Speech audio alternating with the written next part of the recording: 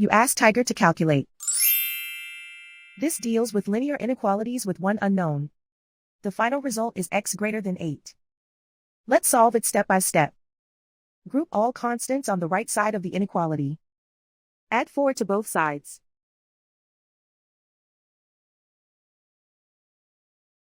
Simplify the arithmetic.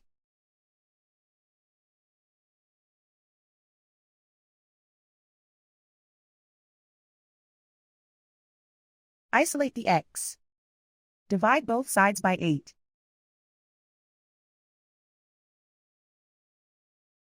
Simplify the fraction.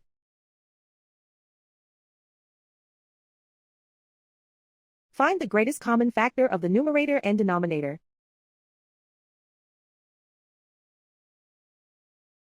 Factor out and cancel the greatest common factor.